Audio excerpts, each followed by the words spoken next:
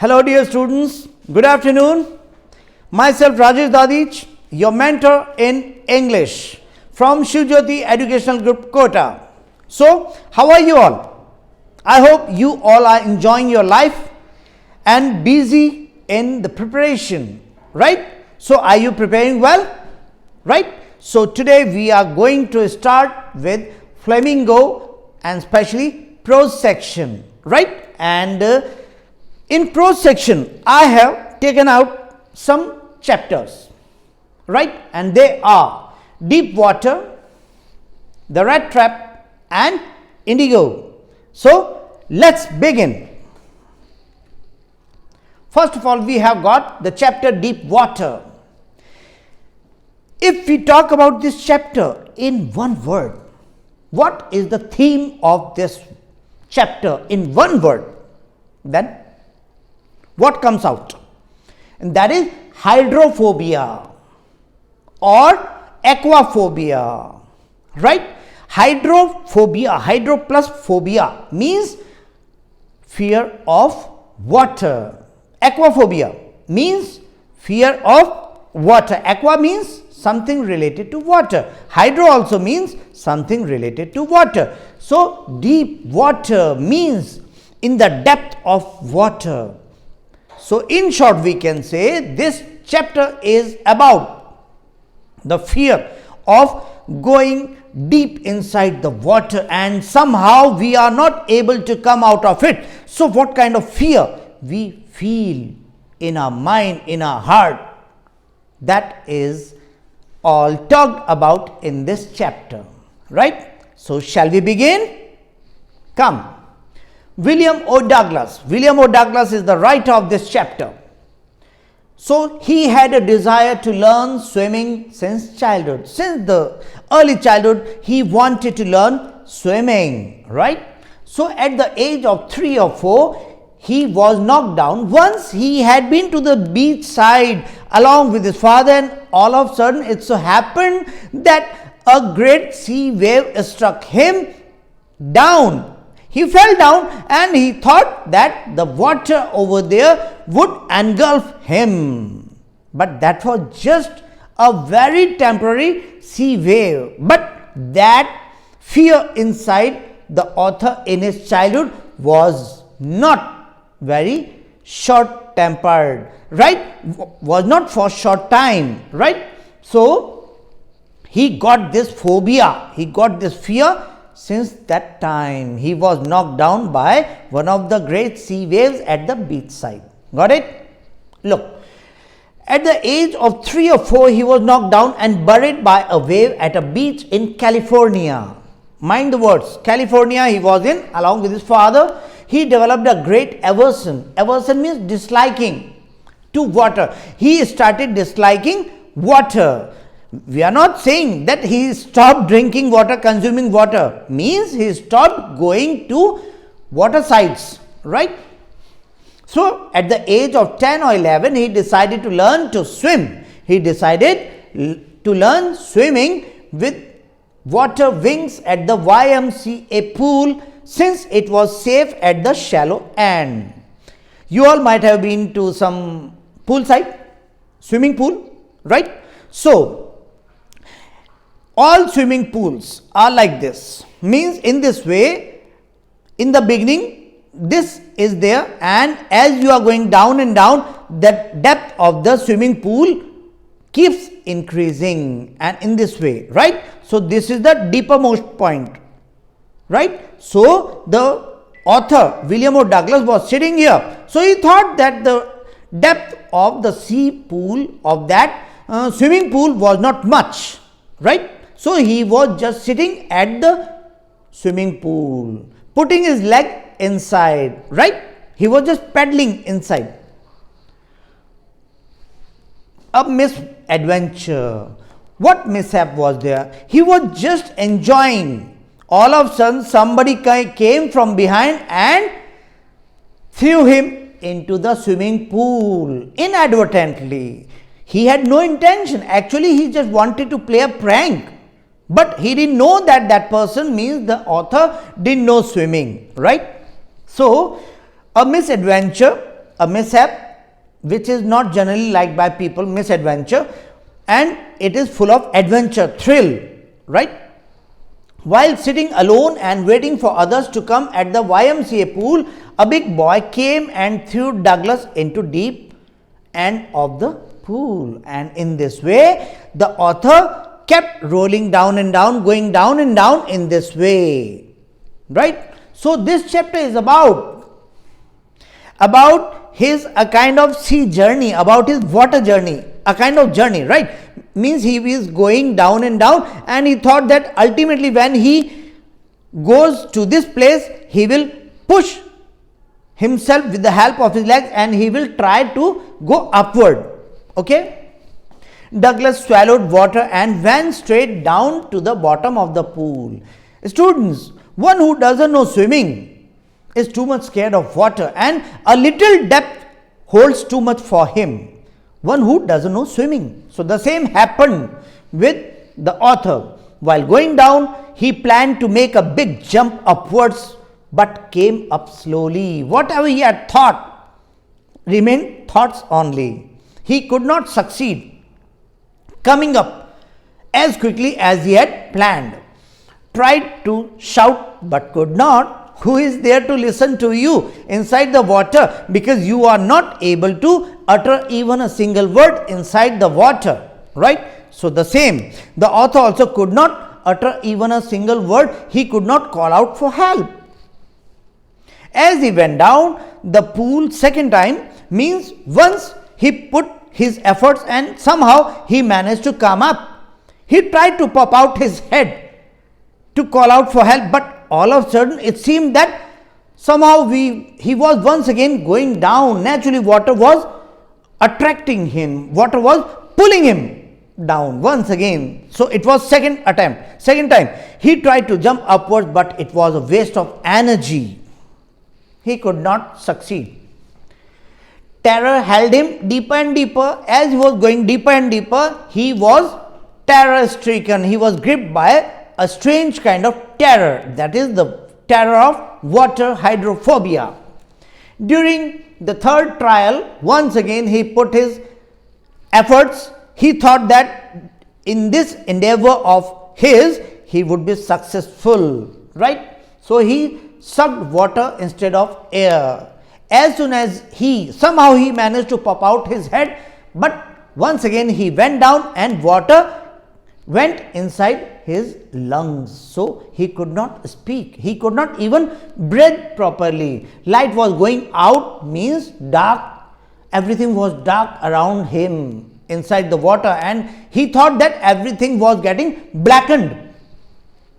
And there was no more panic, and thereafter what happened he didn't know, means he fell unconscious. Actually he thought that his end was near, he was about to breathe his last, and all of a sudden he fell unconscious, and thereafter what happened he didn't know. He could come to know everything when he came back to his senses at the pool side, right? When he crossed to oblivion, means oblivion is a state of forgetfulness. He forgot everything, obviously, because he had fallen unconscious. When he revived, means when he came back to his senses, means when he came round, he found himself vomiting beside the pool. He was lying upside down and somebody was pressing him from his back, and in this way water was coming out. He was popping out water, right? He was pouting. He was in grip of fear of water, and it deprived him of the joys of canoeing. These are, students, canoeing, boating, swimming and fishing. These all are activities one performs in the water, at the water, right? So canoeing, a kind of boating when we are rowing boats, right, with the help of rudders, with the help of oars, right?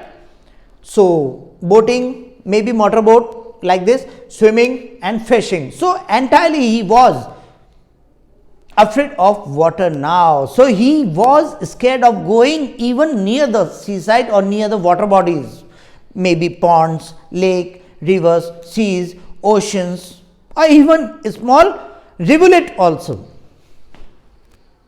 So hired an instructor to learn swimming. So ultimately a coach, a trainer was hired to teach him how to swim, to give him swimming coaching, right? Swimming training. The instructor taught him swimming piece by piece, means by and by he taught him, and he went to and it took him several months to become a perfect and confident swimmer.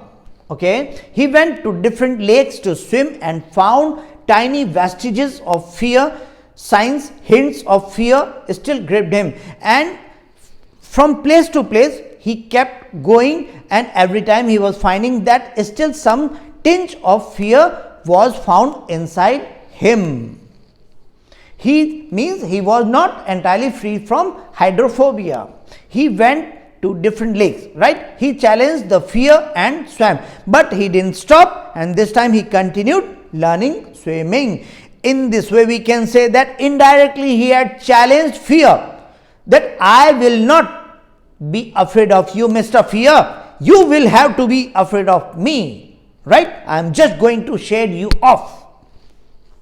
Swimming up and down the warm lake, he finally overcame his fear of water hydrophobia. Somehow, ultimately, he became successful. He realized that in death there is peace and there is no terror only in fear of death. Means when he felt that after death one is quite peaceful, he has no kind of afraid in his mind, because one is senseless, and when no sense is there, what is the question of fear, death, terror? Nothing else remains. So students, in this way this chapter is over. I hope you all might have got it, right? So now we are going to switch to next chapter, right?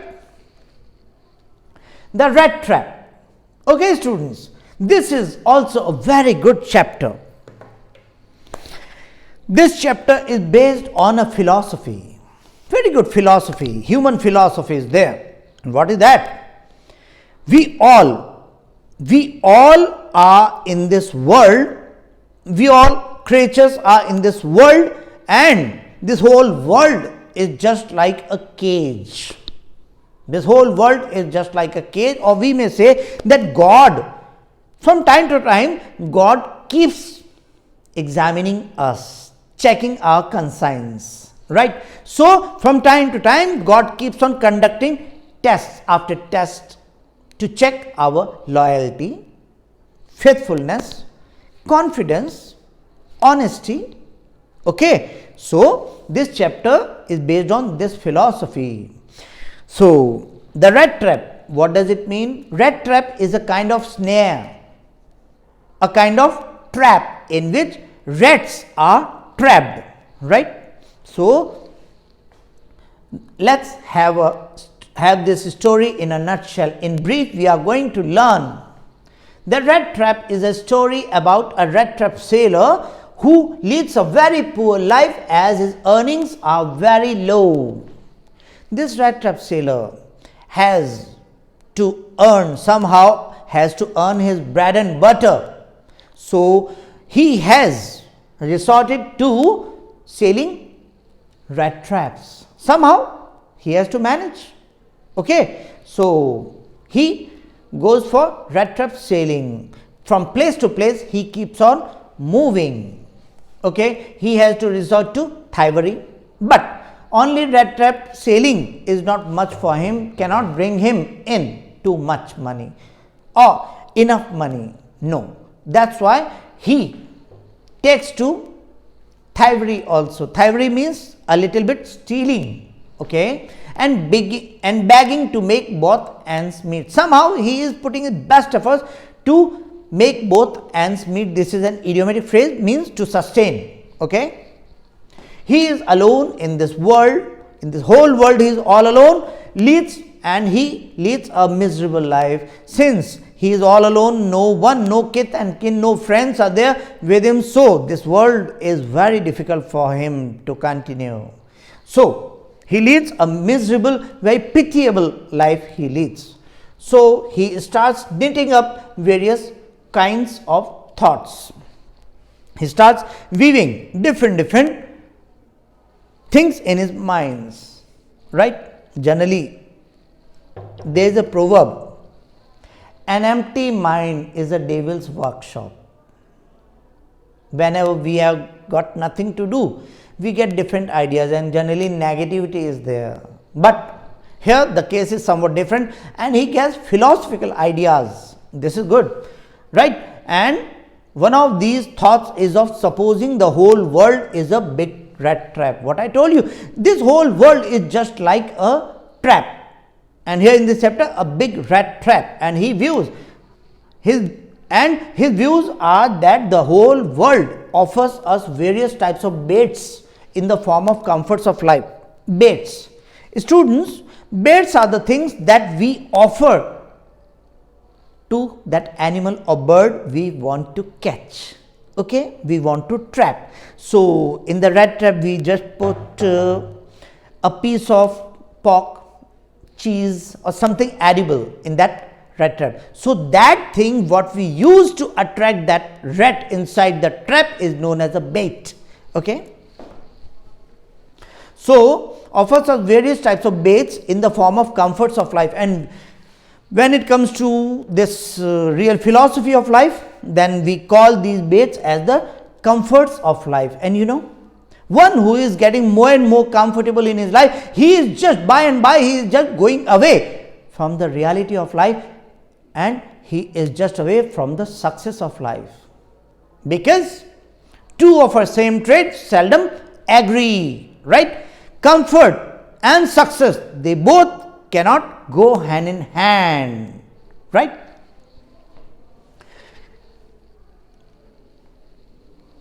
This in return traps us into the rat trap of the world. Means while chasing these comforts of life, we somehow fall victim to this rat trap like world. Okay, we get out of tracks. Somehow we resort to committing crimes like stealing, pickpocketing or something objectionable deeds of society, and leads us to various types of miseries, and somehow ultimately we fall miserable. We are supposed to lead a miserable life thereafter. Okay, every night the peddler means the author of this, means this rat trap sailor, he is a peddler. Peddler is the person who keeps moving from one place to another, just like vagabond, right? So peddler had to search for shelter as he has no home. One evening he was offered shelter by an old crofter in the jungle. So it had already grown dark and he had nowhere to take shelter.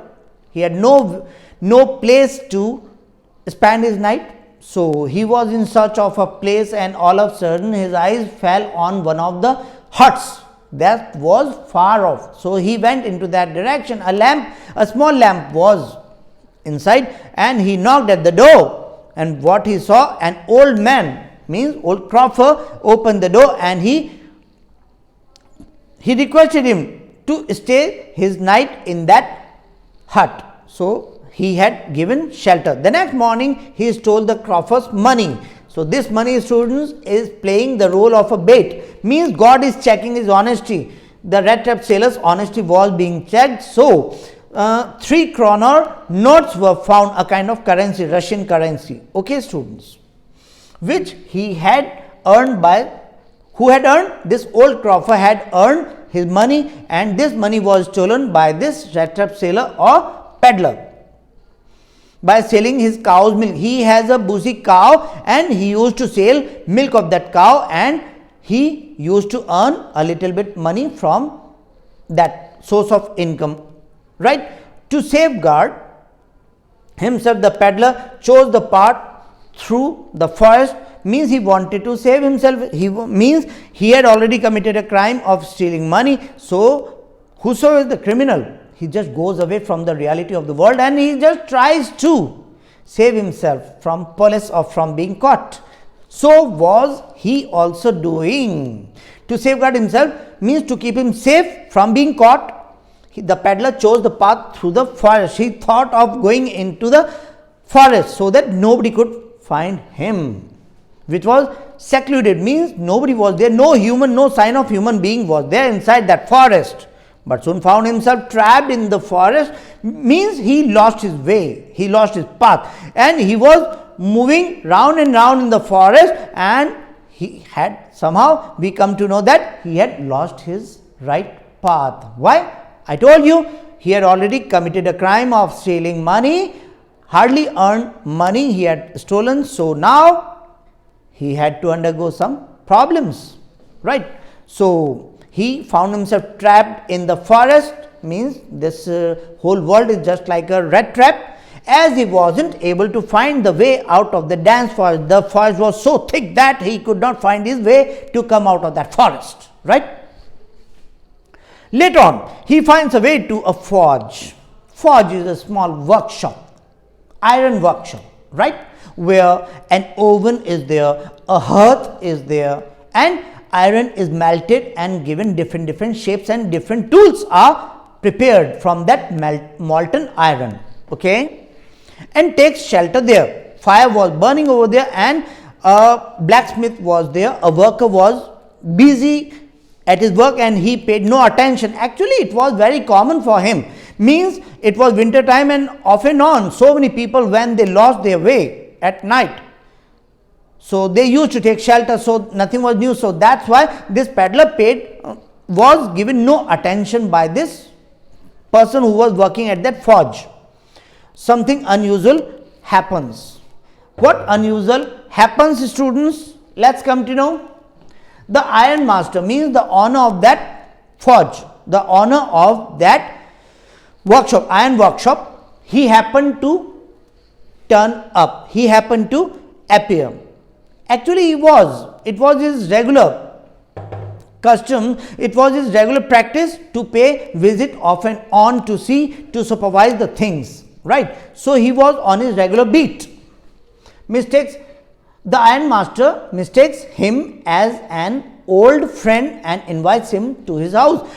Actually, his face was very dirty, covered with dust, so this iron master could not recognize him well, and he thought that this peddler was his long lost friend.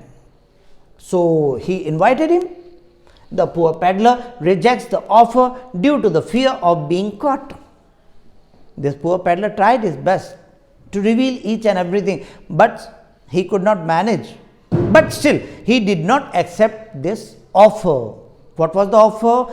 You may be asked this question. What offer was given to the peddler by the iron master? So the peddler was given an offer to spend his Christmas Eve with iron master, because the iron master took him for his long lost friend, okay. And what did he take him for? Captain's tale, okay. Soon he is invited when he did not accept his offer, so the iron master decided to send his daughter, who was somewhat adamant, right. So he thought he would just give in before her, so he sent his daughter. The next morning, he is somehow stopped by the iron master's daughter for Christmas Eve, even after being caught that he was a peddler, not Captain's tale. So students, when his daughter came over there and somehow he persuaded him, he was ready now, he was ready to go with her. He went over there with her, and there he was given a nice bath. His dress was changed, his face was properly shaven. Then the reality came, and as soon as this iron master came to know the reality, he started making an issue. He started blaming this peddler needlessly. He thought that this peddler could have told him his identity, but this peddler tried his best to give his identity, but this iron master was not ready to listen even a single word from this peddler. So it was not his fault. We cannot blame the peddler, right? So he created an issue and he threatened him that he would call in the police to put him behind the bars. But his daughter intervened and she convinced her father that after spending Christmas Eve, he would be naturally going back. The next day after Christmas, when the ironmaster and his daughter visit the church, they come to know that the man is a thief who had stolen money from the old crofter. Right? Somehow he enjoyed the Christmas and he was given a warm welcome. He was given very good guest-like treatment. And when Christmas was over, next day, this daughter, Edla Wilmanson, she and her father, they both went to the church to pray for Sunday prayers. Sunday like prayers are there. So they went to the church for prayer, and there they came to know that a thief was there, and the person whom they had given shelter, they had invited to spend some time on the Christmas Eve, was none other than a thief himself, right, who had stolen money from the old crofter. The ironmaster and his daughter repent. They were feeling remorse. They were feeling repentance for giving shelter to a thief, and wonder at what all things he would have stolen by the time. They started thinking that by the time they would be back, this thief would have run away along with so many things he might have stolen from their house. Here comes a twist, as instead of stealing, the peddler gives the ironmaster's daughter a rat trap. But everything was just the other way round. Nothing happened as they had expected, as they had feared or doubted or suspected. Nothing like that happened. Actually, instead of stealing anything, the rat trap seller, this peddler, had left something as a gift for ironmaster's daughter. Okay, and what was that thing? That thing was the rat trap, crudely wrapped by a paper, and inside that he had kept a message on a piece of paper, right? The peddler thanks Edla Wilmanson for her kindness and requests whatever the kindness and concern she had shown to him, she had given to him. He was really thankful, and request her to return the stolen money to the crofter. And along with that piece of paper, he kept those same three kroner notes, and he had requested this Edla Wilmanson to return this money to the old crofter. Okay, the story means somehow he had learnt a lesson. So he thought of coming out of this rat trap like world. So he wanted to feel repentance. He wanted to make everything clear. He wanted to make everything better. The story gives us the message that goodness in a human being can be awakened at any time with your own good deeds. Means there is no age bar for performing good deeds. Anytime when you feel awakened, you can perform good deeds. So students, you might have got this chapter also. This chapter teaches us a lot. As you sow, so shall you reap. So just avoid performing bad deeds. Just keep distance from all these crimes and sins. Then you will be able to lead a very successful and happy life. Right, students? So now we are going to switch to the next story, next chapter, and that chapter is Indigo. Right, students?